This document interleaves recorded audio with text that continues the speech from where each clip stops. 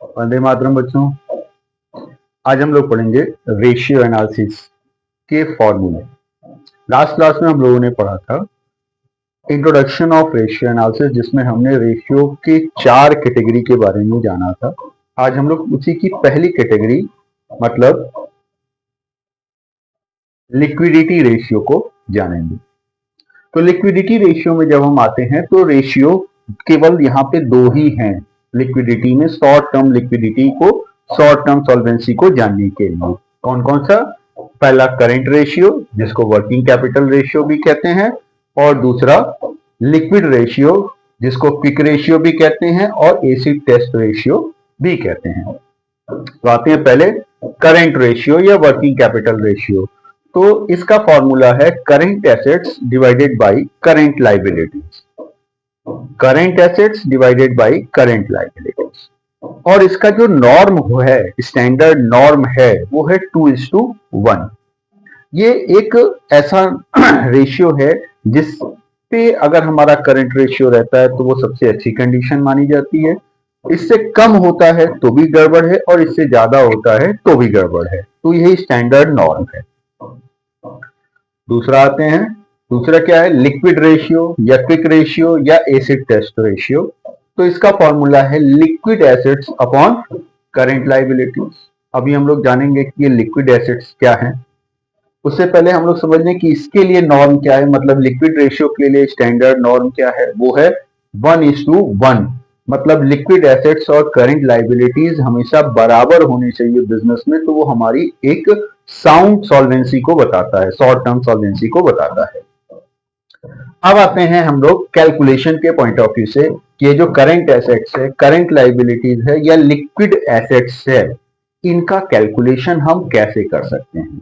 तो इन दो फॉर्मूले को कैलकुलेट करने के लिए कुछ एडिशनल फॉर्मूलेज हैं जो आपको पता होने चाहिए, जो ये हैं। तो सबसे पहले आते हैं हम लोग करंट एसेट्स।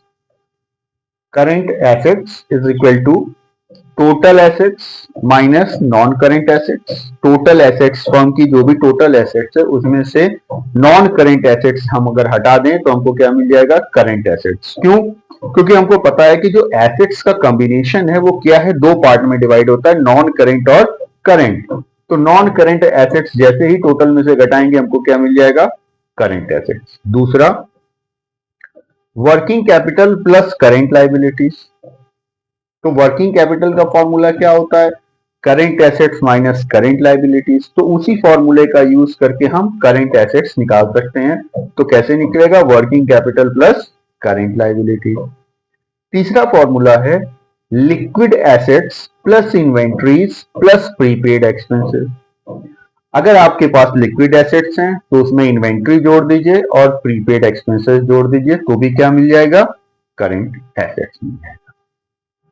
ये वो फॉर्मूले हैं जो आपको क्वेश्चन में कैलकुलेशन करने में मदद देंगे। तो इसलिए ये सारे फॉर्मूले, ये जो भी छोटे छोटे फॉर्मूले हैं, वो आपको पता होने चाहिए। लास्ट क्लास में भी हमने बताया था कि रेशियो में मेन फॉर्मूले जो हैं उनके अलावा बहुत सारे छोटे छोटे फॉर्मूले हैं जो आपको मेन फॉर्मूलों के कैलकुलेशन में मदद करेंगे। और वो फॉर्मूले जब तैयार होंगे तभी हम इनका यूज कर पाएंगे, इनका कैलकुलेशन कर पाएंगे, ये वैल्यू आप निकाल पाएंगे। और ये वैल्यू जब निकलेगी तभी ये रेशियोज कैलकुलेट हो पाएंगे। दूसरा आते हैं हम लोग लिक्विड एसेट्स। लिक्विड एसेट्स भी कहा जा सकता है इसको, और क्विक एसेट्स भी कहा जाता है। ये कैसे आएगा? इसके लिए current assets minus current inventory minus prepaid expenses. ये अलग से कोई फॉर्मूला नहीं है, ये जो ऊपर आपने पढ़ा उसी का यूज करके ये लिक्विड एसेट्स है।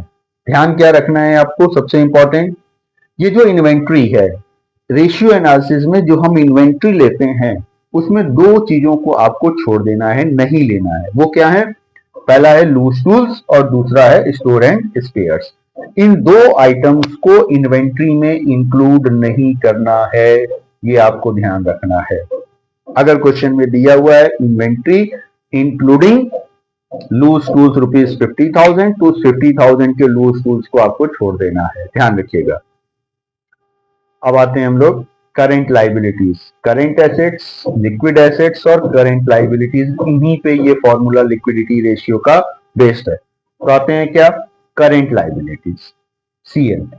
तो ये कैसे आएगा, current assets minus working capital, बहुत सिंपल है। अभी ऊपर वर्किंग कैपिटल आया था, working capital plus CL is equal to current assets, वही फॉर्मूला है, उसी के बेस पे करंट लाइबिलिटीज निकाल ली गई। या दूसरा फॉर्मूला क्या हो सकता है, total liabilities minus owner's fund minus non current liabilities. आपको पता है कि लाइबिलिटीज को हम 4 मेन हेड में डिवाइड करते हैं, capital, reserve and surplus, non current और करेंट। कैपिटल और रिजर्व एंड सरप्लस जब हम मिला देते हैं तो वही क्या हो जाता है, ओनर्स फंड। और नॉन करेंट लाइबिलिटीज, इन दोनों को जब हम टोटल लाइबिलिटीज में से घटा देंगे तो बचा क्या आपके पास, करंट लाइबिलिटीज, वही है।